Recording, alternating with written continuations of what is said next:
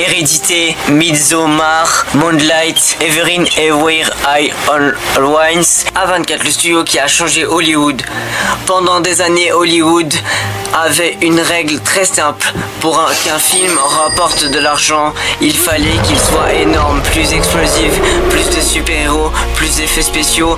Et puis un petit studio est arrivé en disant « Et si on faisait exactement l'inverse ?» Aujourd'hui, ce studio est devenu l'un des plus respectés au monde. Son nom, A24. Et le plus fou, c'est qu'il est en train de redéfinir le cinéma moderne. Quand on entend A24, on pense souvent à des films étranges, des films qui mettent mal à l'aise, des films dont on sort en disant « Attends, qu'est-ce que je viens de regarder ?» Mais derrière cette réputation se cache surtout une recette très différente des grands studios hollywoodiens. Chapitre 1, le pari impossible. En 2012, A24 est créé avec une idée simple.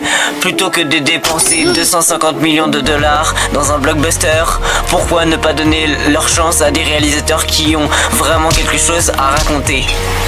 À l'époque, c'était un énorme pari, parce que Hollywood fonctionne presque comme une usine. Les mêmes licences, les mêmes suites, les mêmes recettes. A24 décide de miser sur les auteurs.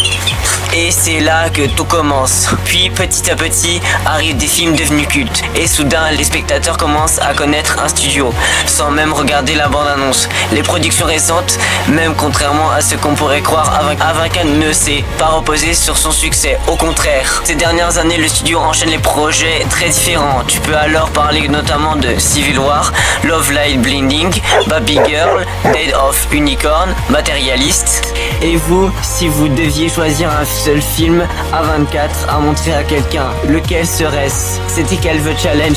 N'hésitez pas à vous abonner si la vidéo vous a plu. On se retrouve la semaine prochaine pour une vidéo exceptionnelle. Et ne l'oubliez pas, un grand pouvoir implique de grandes responsabilités.